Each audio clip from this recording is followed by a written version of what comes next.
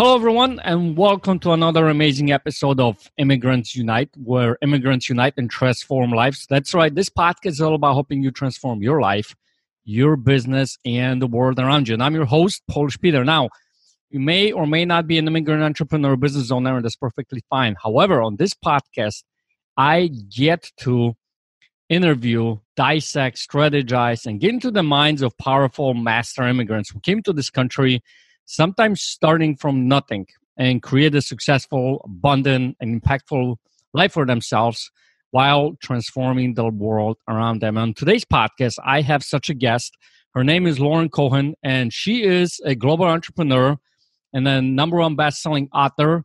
She's an attorney who's licensed in both U.S. and Canada, and she is an expert in immigration and business advisor that's boasting a stellar track record of success. You know, her first-hand knowledge of the visa process, having herself being immigrated from Canada in 2001 and later became the American citizen in 2012. Now, in 2008, this is really interesting. She started an eCounsel, internationally acclaimed company that's focused on providing strategic full-service solutions for businesses who are seeking capital and foreign entrepreneurs access to the U.S. market.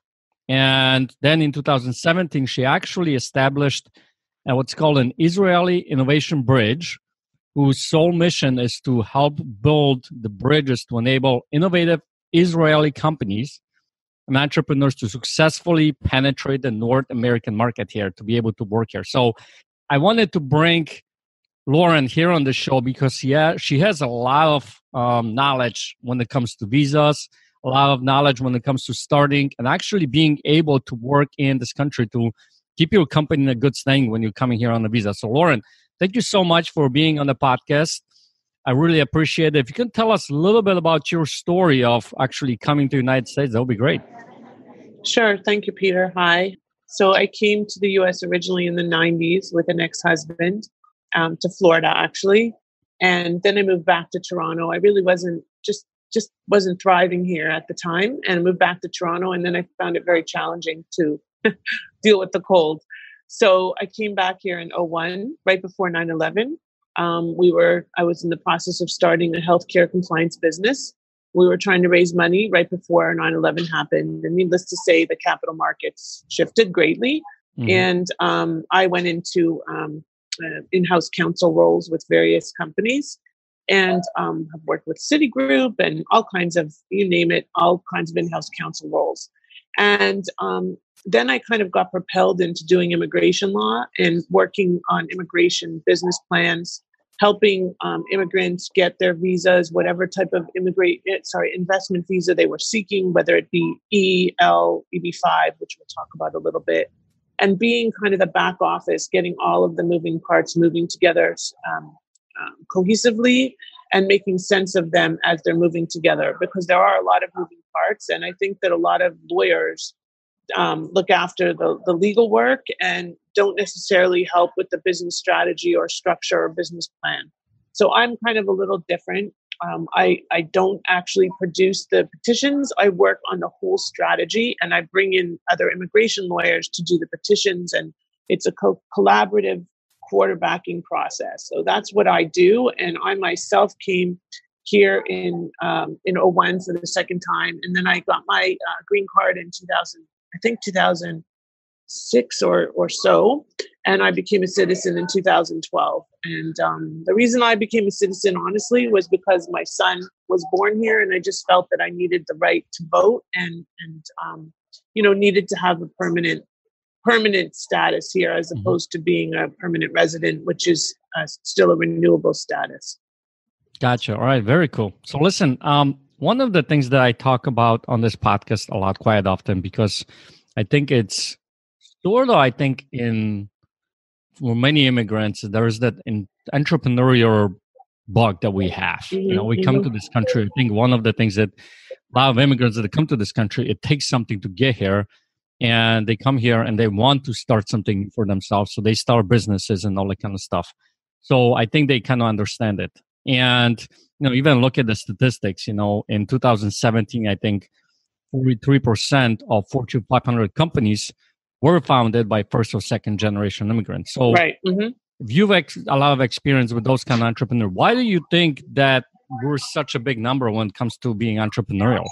Well, there's a lot of reasons. First of all, because that's the best and most the best and most straightforward path to coming into America is to start a business or set up a subsidiary of your existing business or affiliate of your existing business in a foreign country. And I think that immigrants just, want to succeed and have a drive to succeed. And the drive to succeed is often connected with an entrepreneurial spirit. So, the entrepreneur's visa, which is a newer one, is now available to real, true entrepreneurs that are raising capital, venture capital, and so on. But the E2, which is the treaty investor visa, is the most common visa, and that's available for people from countries that have a treaty with the U.S. And it's really, even though it's not called the entrepreneur's visa, I see it as the entrepreneur's visa because you're setting up a new business usually. So you're engaging your entrepreneurial spirit, and it's just an instinctive thing for us immigrants. I didn't know I was an entrepreneur when I came here. I'm a lawyer, and I think that we have a lot of roadblocks in our way as immigrants. People don't realize, even from Canada, we're not the same. I went to law school in Canada. I'm not licensed in Florida. I'm licensed in another state because there's restrictions because I went to law school in Canada. So you find other alternatives, and I think that that's where we become creative. Anybody that's going to bother to move from one country to another, unless it's because you're escaping some kind of persecution, which I obviously wasn't. Canada, I was just escaping snow. Right. But other than that, I think that we just are instinctively driven and really want to succeed and make a difference in our new country. Right. I think I agree with you on that. And one thing that kind of I wasn't fully aware of it is the entrepreneur type of visa, because that seems like it's a really beneficial way for people to come to this country and then obviously stay here, right? So, right. Can you tell us a little bit more? Yeah. So the entrepreneur visa is an really unused to this time visa. I can't remember the exact term. I think it's EB3. And it's available. It's not really actually the entrepreneur visa is not really actually a visa. It's a parole. So it's available for companies that are coming over and raising a certain amount of capital, and they raise it from a VC or venture capital company in America. So there's a partnership, and it's a great way to come into the country. But the more common quote unquote entrepreneur's visa, which is not, as I say, called the entrepreneur's visa in my book, called Finding Your Silver Lining in the Business Immigration Process. I call it the coveted visa, which is the E2. It's a substantial investment in a non-marginal business, and those terms are discretionary. So substantial sometimes could mean as little as 70,000, even less, and as much as 500,000, depending on the type of business that you're setting up or investing in or buying or whatever.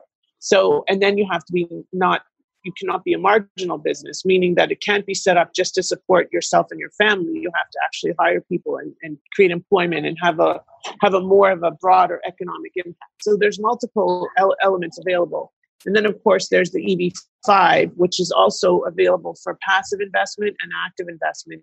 And the EB5 is a minimum of 500,000 at this time investment in a business. There's no nationality requirement, and you have to create 10 jobs, at least 10 permanent full-time jobs over 2 years. So that's a very common visa these days for those of higher net worth that are coming into the country, and it's a direct path to a permanent resident, a green card. Whereas an E2 is a non-immigrant status. So E2 you can renew indefinitely, but it never leads to a green card directly. So there's all kinds of nuances around that. Okay. And I think that one of the important things to remember, especially when you're dealing with a renewable visa, is a lot of business owners fail to, they aren't really focused on the sustainability of their business, which is part of why I created my other business called Scale Up Enterprises.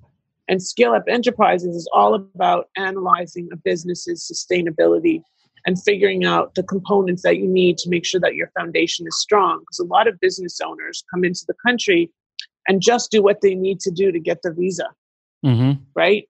Okay. So they don't really know how to run a business in the U.S. They don't really necessarily know who they need to hire, what they need to do. So when it comes time in 5 years or 2 years, depending on the visa, there's an L1, which is a intercompany transfer where you set up a subsidiary or affiliate of a foreign entity, and that foreign business needs to be ongoing.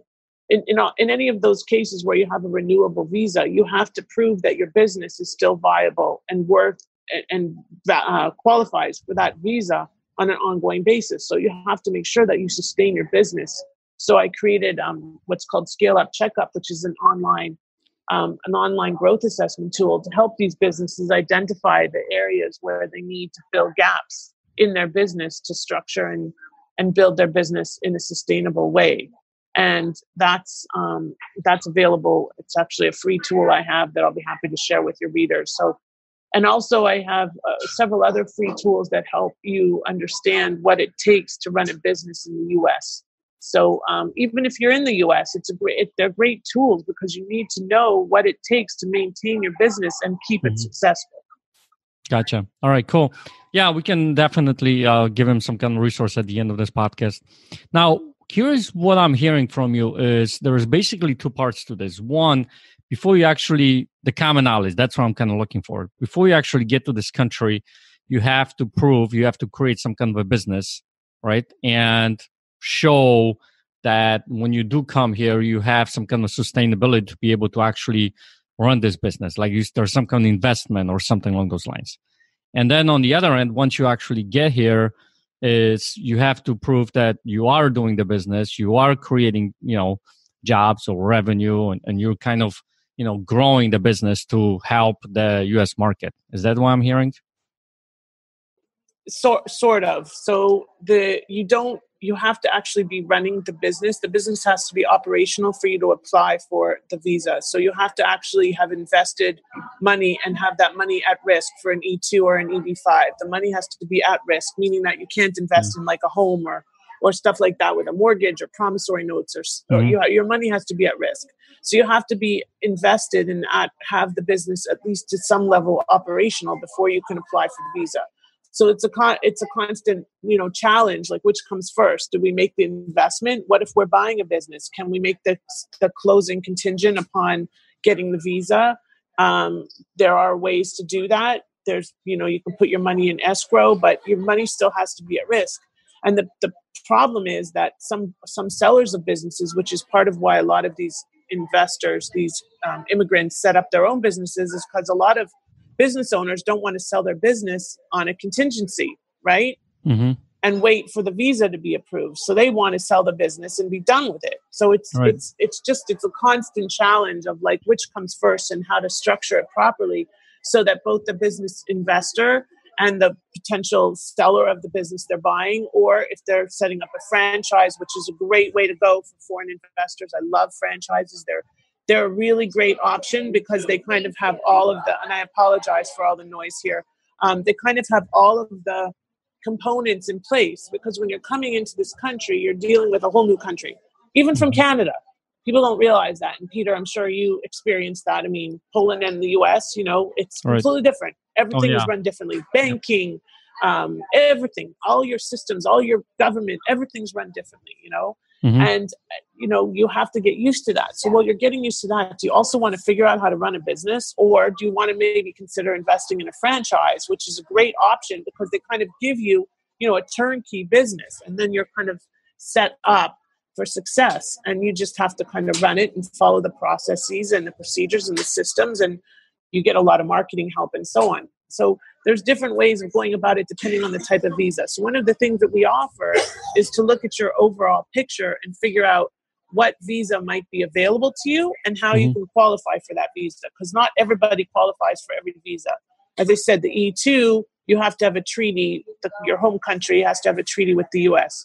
For example, Poland has a treaty with the U.S., but the term of the visa it's renewable. I think it's maximum of 2 years, and then it's renewable. Canada, you can get a term of up to 5 years. So it really depends on which country you're from. And Poland might actually even be more like a year. So it depends on which country you're from, how you qualify, what's the best option for you, and whether you have a company in the home country and how much money you have to invest. There's all kinds of variables. Yeah. So what exactly does that mean? Like you said, the Poland might have like 1 year. What does that mean? So it's a reciprocity, which means that even if you get the visa granted to you and the potential visa term is 5 years, the reciprocity relationship between the US and Poland only allows you to get a renewal, get it stamped in your passport for a duration of a year, and then you have to renew it. Oh, okay. All the time. Okay. It's kind of like a weird little nuance that allows that gives each country a little more power, like in Iran, and this may not even be on the table anymore. I haven't dealt with an Iranian in a while, but they had the E2 available, but it was for a period of, I think, 3 months. Well, who's going to run a business in 3 months? So. Okay, gotcha. So then my next question was, and you kind of already mentioned that, is based on all the different visas and what you've been seeing in the marketplace, because you do allow this kind of stuff. What type of businesses would be the best for this? You mentioned franchises are the best. It's really there's no hard and fast rule. There are certain like I find a lot of people want to do real estate investing, for example. That's not the best option because it's seen often as passive. So you have to create a very strong business plan, which is our specialty, to support the fact that you need to be physically in the US to run that business. But really, as a real estate investor, do you? So it's challenging. So you have to invest and hold and maintain and lease and, upgrade and so on. So we have to be very creative. So then again, like a franchise business or a kids business, something to do with, a gym for kids, that you have to be there physically running the business, maintaining the operations and so on. Those could be more stronger visa potential businesses. Some service businesses could be very strong and require lower investment threshold, but they also have a higher risk of failure. Restaurants, have a very high failure rate, but some restaurants are very successful visa potentials. So we have to look at each business individually. I really don't like to kind of give a blanket answer because it really is on a case-by-case basis. Right. As funny as that sounds.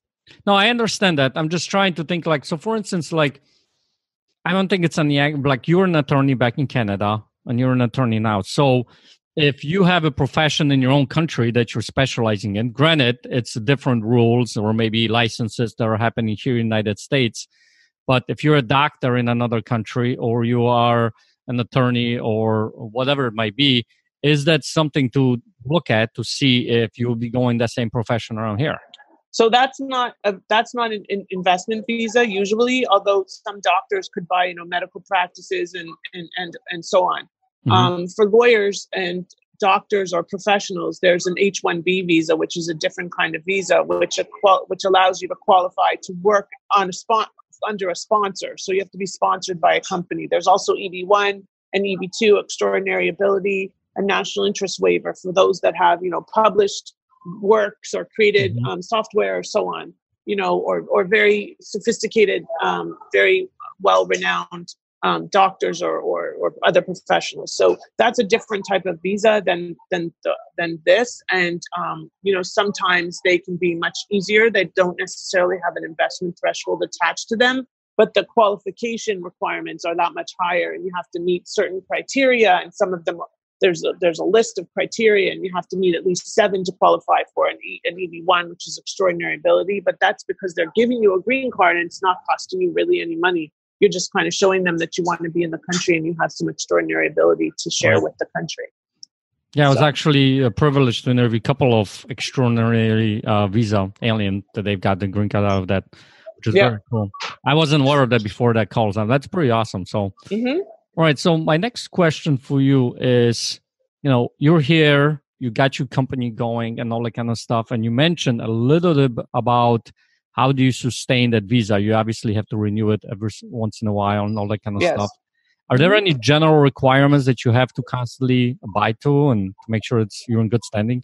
Well, it's important if your business model changes that you submit an amendment. If, for example, like I had a company that started off in electronics. The electronics business was not doing well in the recession. And so they switched gears and went into they bought a bird store.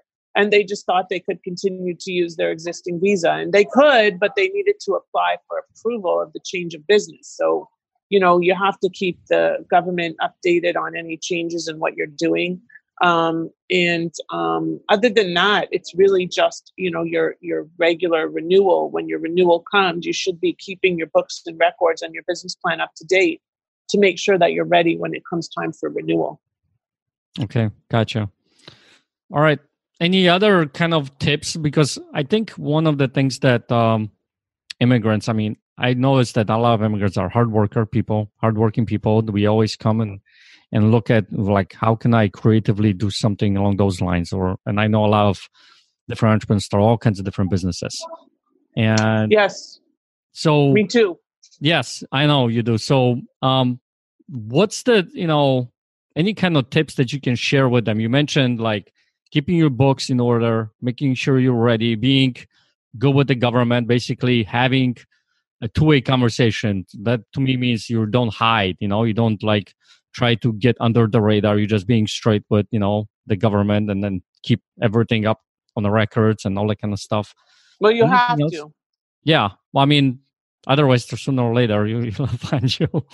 But so anything else that you can share with them? Yes. So I think that, you have to have a corporate minute book or a corporate record book that you keep updated as well with your regular shareholders or organizational meetings. That's really important. As I say, any changes in your business, you need to report. You really need to be diligent at keeping your books and records up to date. You need to work with somebody like me that understands the nuances for renewal to help keep you in line so that you're ready for the renewal when it comes. Otherwise, it will hit you. Keeping your business plan up to date, managing all of your legal and HR matters, making sure that you're complying with all of the changes in the payroll laws, for example. So you do need to consult with somebody about that, because any violation that you have is that much bigger than a domestic company violation that's domiciled here. Not that your company's not domiciled here, but your goal or conceptually you're here temporarily on a visa, unless you do an EB-5, which is permanent. So it's really important to work with professionals that understand the visa requirements and the nuances of your particular visa that can help you to ensure you have a sustainable business. You can't just kind of run the business and just like expect it to just run itself. You have to take action to keep things up to date and on target. And I would recommend at least a regular check-in with an attorney and or business advisor like myself to help you to make sure that those pieces are in place.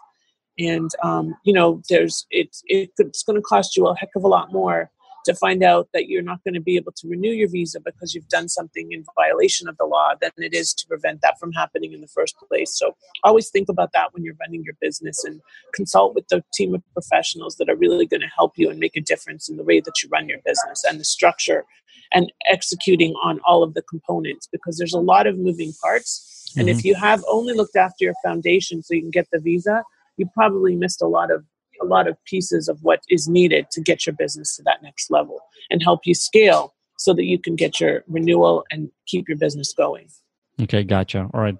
This just popped into my head as you were talking. Are there any particular types of companies that are better than the other ones, like a LLC or S Corp or C Corp? Or so you're not going to be able to do an S Corp as a foreign national until you are a resident or citizen of this country. Okay. And actually, I'll share with you all this. I created this downloadable ebook, and it's called The 7 Secrets to Scaling Your Business. And in there, I have one section that talks about the different types of corporate entities. And it has a chart with an S Corp and a C Corp and an LLC. And I think it's great.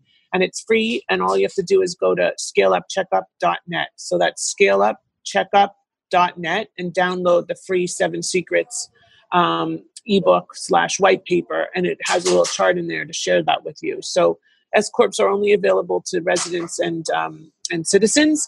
C Corp means it's double taxation, which could be good if you are planning to be a significant business and eventually maybe go public. And an LLC is usually the most common one for foreign investors, and it just has a limit on the number of investors. And it's usually not for a company that's planning to eventually go public, but it's certainly available for a sustainable and growing company. Yes. All right, very cool. Awesome. But this is, well, one thing I'm hearing is I'm glad I'm not an attorney, me, myself, because a lot of that stuff is, there is a lot going on there.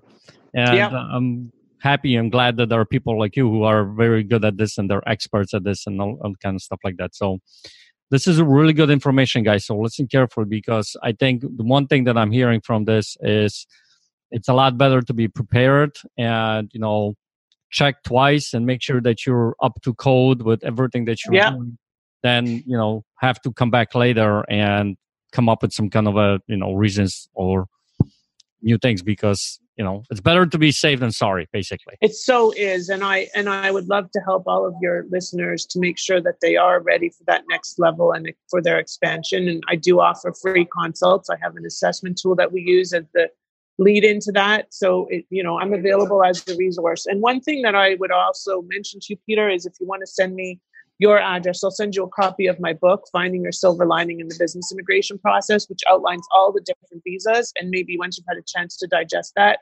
and maybe we can do another podcast and get some more information to your listeners.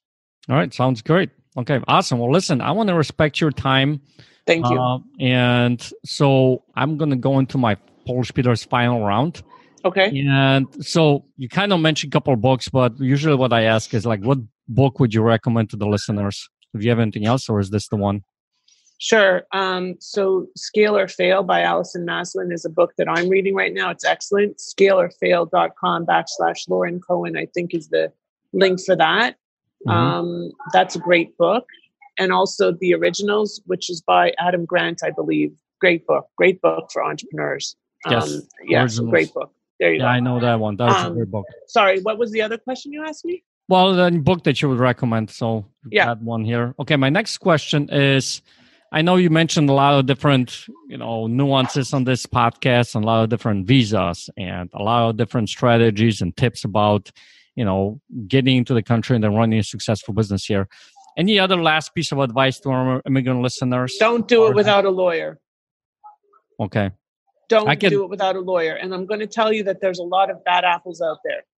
So I'm happy if you want to run a lawyer's name by me. I'm happy to tell you what I know about them at no charge. But just be really careful, because don't price shop. It's not always the best option for you. So are there any kind of like red flags that you could see if you were looking for an attorney to help you get here? Somebody that's never done a business immigration case before. You don't want to be their guinea pig. Okay. Gotcha. All right. That's a good one. All right. One thing you want to share about all country, in your case, it's Canada. They're pretty good at playing hockey. I know that for a fact. Yes. You want to share any kind of a custom, place, food, anything about the old country? Oh my goodness. Canada. Wow, I didn't know this question was coming. This is the hardest question yet. It's not what you think. Let's just say Canada is not like just the sister of the US. We are not all of us say A. We're not all hosers. We don't all live in igloos. And it's a very, very advanced country with amazing recycling policies that everybody should learn from. And I'm very proud to be Canadian. All right, very cool. You go back there? I do. Actually, we go at least twice a year. All right, very cool. Yeah, I mean, I live in Michigan, about 30 minutes north of Detroit. So once you actually hit in Detroit, downtown Detroit, you can see Canada right across the river. Yep, so yep. It's like the easiest thing to get over there. Either the tunnel or the bridge, and you're there. Mm-hmm. All right. One question I ask a lot of my people that I interview here is that I personally believe that everyone on this world has some kind of a superpower, some kind of a gift that they were given to. What's yours? So it's kind of funny because I know this is not really a superpower per se, but I call myself the scale up strategist. And what that means is I can come in and look at a business from 30,000 feet and tell you how to fix everything that you need fixed so that you can really scale successfully. All right. Very cool. Awesome. That is a good skill to have. All right. One last question I have. If anybody wants to reach out to you or find out more about you, or how you help them with their business, where would they go? Sure. So on Facebook, you can find me at Lauren Cohen or Scale Up Checkup or eCounsel for that matter. So Scale Up Checkup is easy. So Scale Up Checkup on Facebook, Scale Up Checkup on LinkedIn. I'm very, very active on LinkedIn. You can reach me directly, Lauren at scaleupcheckup.com. Lauren at scaleupcheckup.com, or feel free to call us at toll-free 866-724-0085, 866-724-0085. All right, great. Awesome. So listen, guys, obviously, if you have any other questions and when it comes to the immigration law and how it works with businesses and entrepreneur community, I think Lauren will be a great kind of resource for you to have this conversation, because just out of this conversation, I know it sounds to me like there's a lot of these little things. Moving parts? Yes. So, Peter, I'm going to ask you a favor. What's up? So, I created this assessment and we talked about it a little bit, and I want to partner with you and figure out some strategies. I'd love to share my book with you, but I'm going to send you the assessment, and then maybe you could give us some feedback on that, because I'd love to see how it could benefit your listeners, if that's cool. All right. Very cool. Yeah. Send it over and I'll take a look at it, and we can definitely look at that. All right. Awesome. Perfect. So listen, Lauren, thank you so much for sharing your life successes and different things about this particular industry, because I think there is a lot of, like you said, moving pieces and deal with this kind of thing all the time. So I really appreciate you being here. And for you listeners, guys, I appreciate you listening to this podcast, because without you, I wouldn't be able to do this podcast and share different stories. If you have any kind of ideas for me, you can always send them my way at mastersunite.com. There's my website. You can reach out to me there, or hook me up on Facebook or LinkedIn, or just send me an email at peter@mastersunite.com, and I'll be more than happy to find out more about particular guests that you would want to have and get them on here. So thank you guys so much for listening. I appreciate you, and I can't wait to share you another guest and another powerful strategy, another powerful interview on the next Immigrant Masters Unite podcast. That's right. All right. Talk to you soon, guys. Thank you, Peter.